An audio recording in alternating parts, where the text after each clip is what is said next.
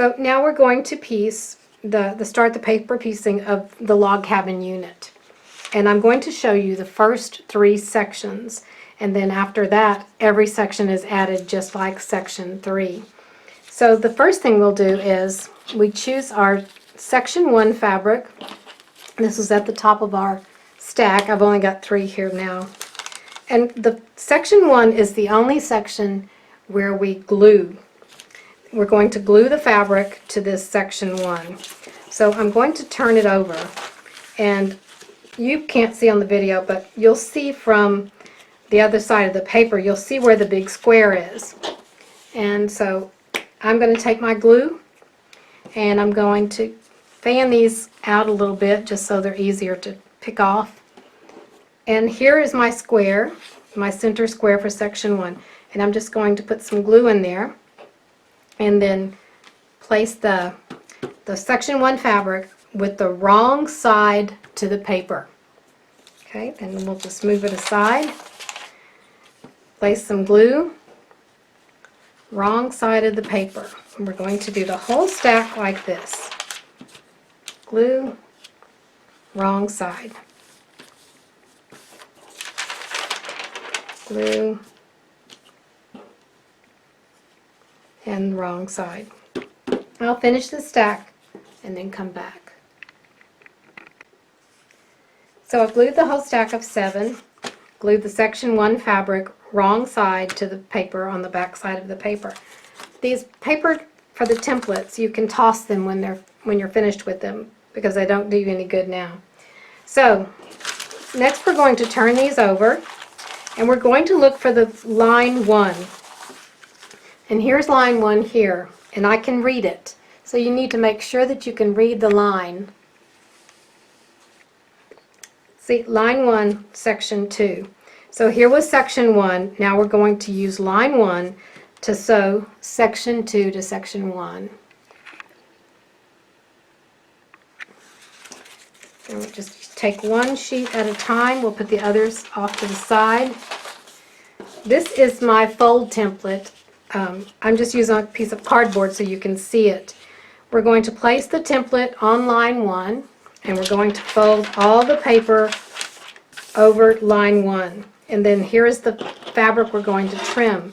You take your add-a-quarter ruler and you trim it with your rotary cutter. Then take the template out and take section 2, and the sew side is facing away from us. And I fan these out too so they're easier to pick.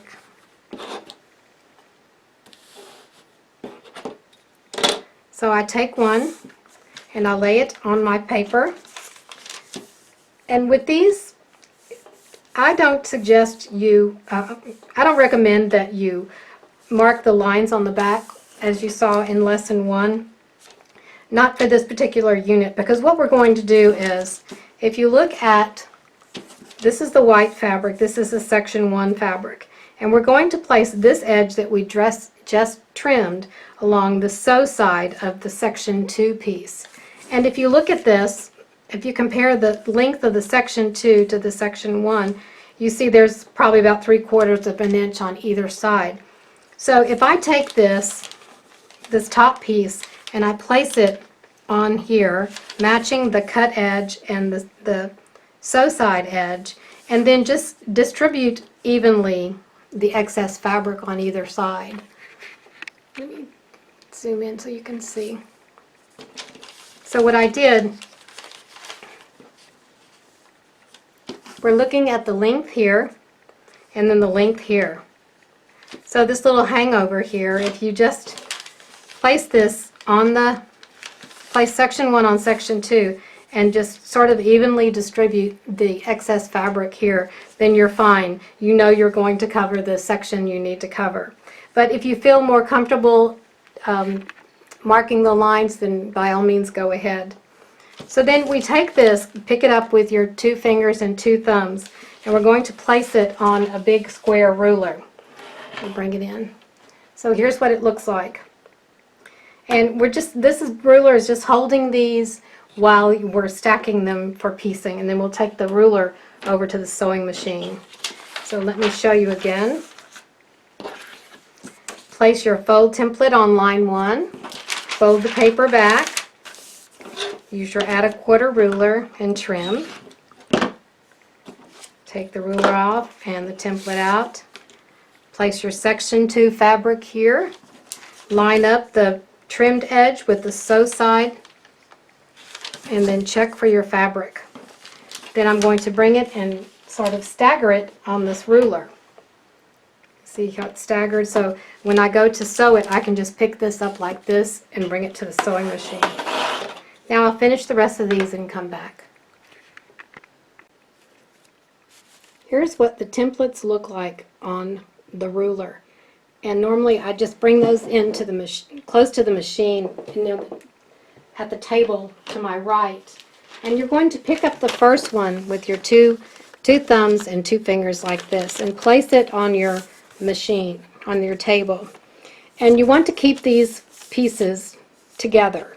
So I sort of hold down on this while I flip this part over. And then we look for line 1. So we're going to start a little bit off the line, a little bit away from the line. Then we'll stitch right on line 1 and then stitch a few stitches off the line. And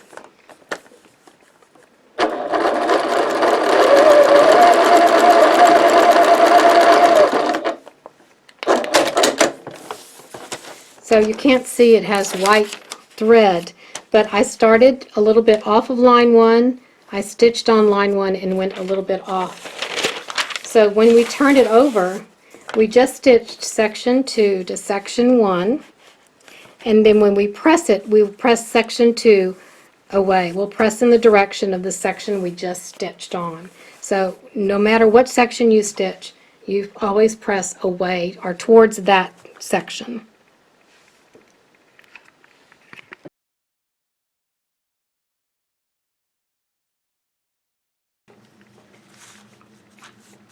Here is section 1 and section 2 stitched together, and we pressed section 2, or we pressed towards section 2. Remember, you'll always press toward the section you just added in paper piecing.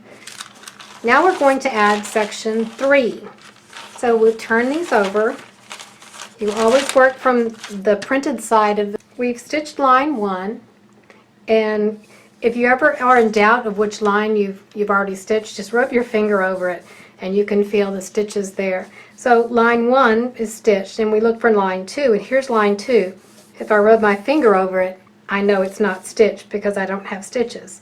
Now you'll notice that line 2 is facing that way. I can't read it, so I'm going to turn it so I can read it. Now there's line 2. And always have it in the direction where you can read the words that say line, whichever number it is. Now we're going to do the same thing. First I'm going to move this out. Let me move this out of the way. And this is our section 3. And the sew side is facing away. I'm going to fan these out because it's easier to grab a piece and put those right about there. Toss this. So I take my template, my fold template, and place it on line 2 and fold back the paper and the fabric. So now we're folding back this fabric. And you'll see it's attached here, it's stitched. So we want the fabric to lay flat, so just pull it up, and it tears the paper just a bit, but that's fine. You want the fabric to lay flat. Then you take your add a quarter ruler and then trim off that edge. And take all of this out. Then we'll put this piece here. And again, we want to center it and match the trimmed edge with the sew side, just like that, and then stack it on our ruler. So we take line 2 is here, place the fold template, fold back paper and fabric, tear away the fabric to make the fabric lace, or tear on the paper to make the fabric lace flat. Add a quarter ruler and trim.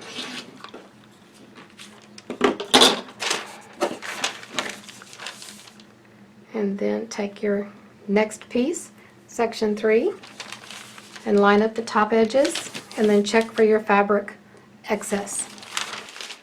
So go ahead and finish all of those and sew them and press them towards section 3, and we'll come back and I'll just have a few more words and you can finish the rest of your units. Here is section 3 stitched on, and it's been pressed towards section 3. You'll continue this way for all the remaining sections of the log cabin block, and if you lose your place, just use your finger to see which line needs to be stitched next. If you forget where you are and you look at each of these sections, it has the template section number on it. In this case, it's section 4. So if you ever get stopped and you see, here's line 2, so the next one would be line 3 right here, and this is section 4. So you know that this piece of fabric goes into this section here. And you'll also see that this is the light fabric, and there's no shading in here, so that indicates that's the light fabric. This shading over here is the dark fabric. So those are 2 ways to keep you on track. Mostly it's the number that's going to tell you a lot.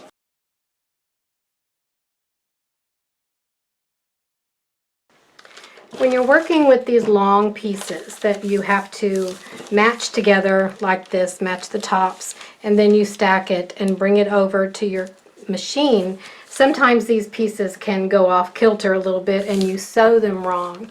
So what you can do in this case is, once you match it and then you place it on, you match the trimmed edge with the sew side, and take your glue stick,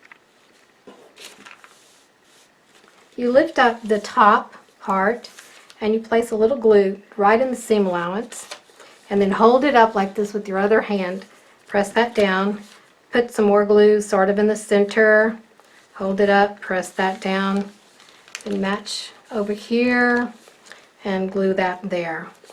So now you have, this piece is on here, it won't come off, and when you move it to the machine it'll still be in place as you have it.